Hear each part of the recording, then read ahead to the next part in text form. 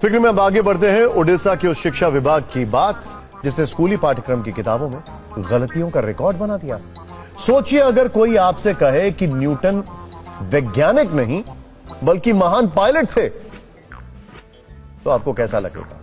जाहिर तौर पर आप हैरान हो जाएंगे। लेकिन ओडिशा की किताबों में यही बताया जा रहा है कि न्यूटन प्लेन उड़ाते थे। गलतियों की लिस्ट यहां खत्म नहीं होती है।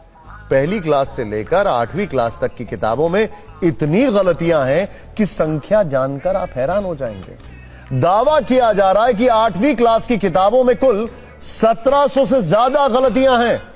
सबसे ज्यादा 705 गलतियां 8वीं की किताबों में मिली हैं। ये किताबें 2026-27 के लिए नेशनल एजुकेशन पॉलिसी और ओडिशा करिकुलम फ्रेमवर्क 2025 के तहत तैयार की गई थी।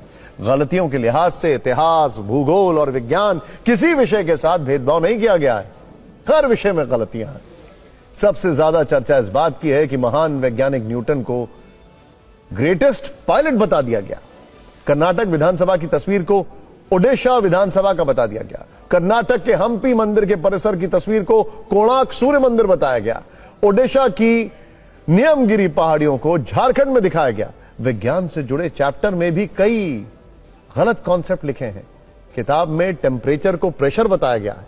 इसके अलावा गेहूं को धान और कांच के ग्लास को कप लिखा है। इन गड़बड़ियों की जांच को लेकर मुख्यमंत्री मोहन चरण मांझी ने जांच के आदेश दिए। एक उच्च स्तरीय समिति का गठन किया है। विभाग ने यह तो माना है कि किताबों में गलत जानकारी छपी है, लेकिन क्योंकि किताबें छात्रों को बांटी जा चुकी है इसलिए वो वापस नहीं होंगी। शिक्षकों को निर्देश दिए गए हैं कि वो किताबों में मौजूद गलतियां ठीक कराएं। शिक्षकों से कहा गया है कि छात्रों को सही जानकारी दें। अफसोस, खैर